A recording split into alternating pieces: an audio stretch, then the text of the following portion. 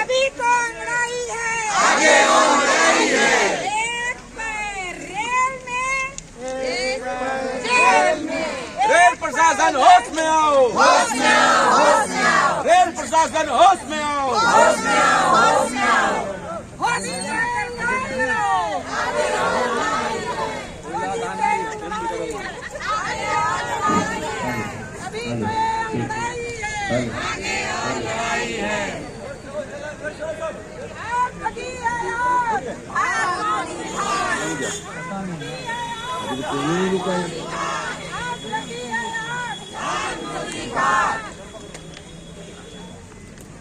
मोदी सरकार हाय ये प्रशासन हाय मंत्री प्रदेश कांग्रेस कमेटी के आह्वान पे जिला कांग्रेस कमेटी के तत्वाधान में और इस आंदोलन के प्रभारी हमारे विधायक लाल जी के नेतृत्व में आज कोरबा में रेल रोको आंदोलन शुरू किया गया है। क्योंकि आप लोग को मालूम है विगत 3 वर्षों से देश की जनता को ट्रेन के मामले में कितनी परेशानियों का सामना करना पड़ रहा है। 1 महीने पहले टिकट रिजर्वेशन कराने के बावजूद व्यक्ति जब अपने गंतव्य स्थान के लिए जाना चाहता है, स्टेशन पहुंचने के बाद पता चलता है कि ट्रेन कैंसिल हो गई है। कोई अपने बच्चों की शादी के लिए तैयारी करके जाता है, कोई अपने बच्चों के मुंडन संस्कार की तैयारी करने के लिए जाता है, किसी के परिवार में कोई गमी हो जाती है वहां मिलने जाना चाहता है। हमारे कितने बेरोजगार लड़के अपने इंटरव्यू से चूक जाते हैं क्योंकि सही समय में गाड़ी के द्वारा धोखा दे दिया जाता है। रेल मंत्रालय की दादागिरी के कारण आज हिंदुस्तान का हर व्यक्ति परेशान है। जब से मोदी की सरकार केंद्र में आई है और विभिन्न तरीकों से हिंदुस्तान की जनता को परेशान करने की जिम्मेदारी ले लिया है इन्होंने। हमारे बुजुर्ग जो बेचारे 60 साल से ऊपर के थे, उन्हें रेल यात्रा करने के समय 50% रियायत दी जाती थी। साथियों, इस निकम्मी सरकार ने, इस भाजपा सरकार ने उस गरीबों को, उन वृद्धों को भी नहीं छोड़ा, उनके हक का पैसा भी देना बंद कर दिया। साथियों, ये ऐसी निकम्मी देश की मोदी की सरकार है। साथियों, आज हमारे जो बच्चे पढ़ने जाते थे, इंटरव्यू देने जाते थे, उनको रियायत दी जाती थी रेलवे से, पर उनको भी रियायत में कटौती कर दी गई। ये बोलते हैं मोदी जी कि हिंदुस्तान का हवाई चप्पल पहनने वाला व्यक्ति हवाई जहाज में यात्रा करेगा। अरे मैं कहता हूं मोदी जी, हिंदुस्तान का बूट और सूट पहनने वाला व्यक्ति भी आपकी ट्रेन का सफर नहीं कर पा रहा है।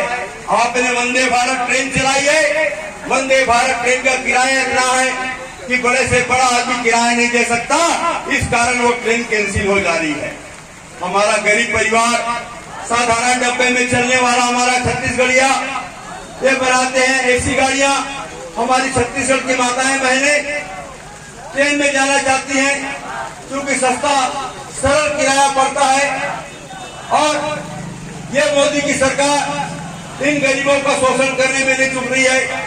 आज देश की स्थिति यह है कि लोग ट्रेन से जाना बंद कर रहे हैं कि कब कौन सी ट्रेन बंद हो जाएगी, हम सही समय में घर पहुंच पाएंगे कि नहीं पहुंच पाएंगे, हम सही समय में शादी में पहुंच पाएंगे नहीं पहुंच पाएंगे।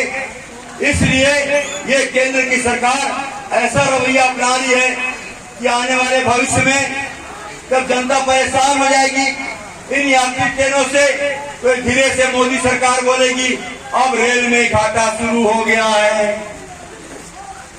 रेलवे प्रॉफिट में नहीं चल रही है, रेलवे को प्रॉफिट में कैसे चलेंगे। जैसे बालकों भी किया बालको प्लांट को इसलिए बेच दिया गया कि घाटे में चल रहा है।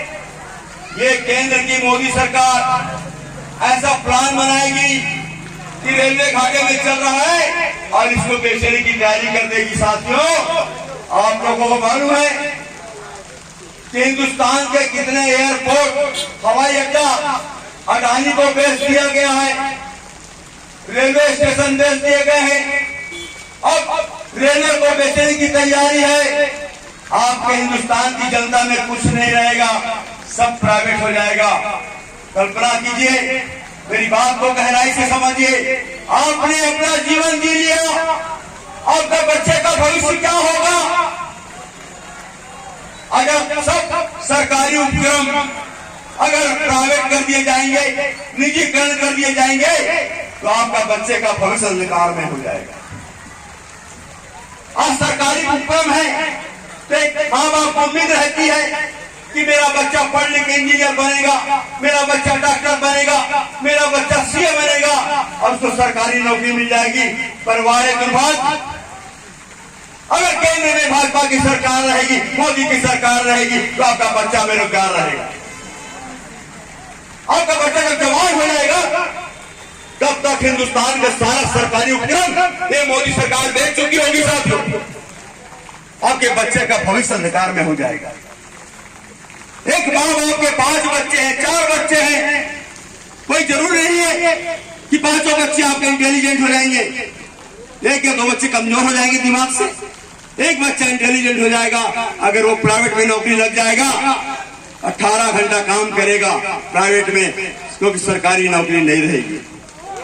हम हाथ जोड़ते हैं, आप लोग से रिक्वेस्ट करते हैं कि ऐसी सरकार जो देश को बेचने में उतारू है, और ऐसी सरकार से हमें दूर रहना पड़ेगा। साथियों, आज छत्तीसगढ़ में हमारे प्रदेश के मुखिया, किसान का बेटा, यशस्वी मुख्यमंत्री भूपेश बघेल आज महिलाओं के लिए, हमारी बहनों के लिए, हमारे बच्चों के लिए एक से एक योजनाएं ला रहे हैं।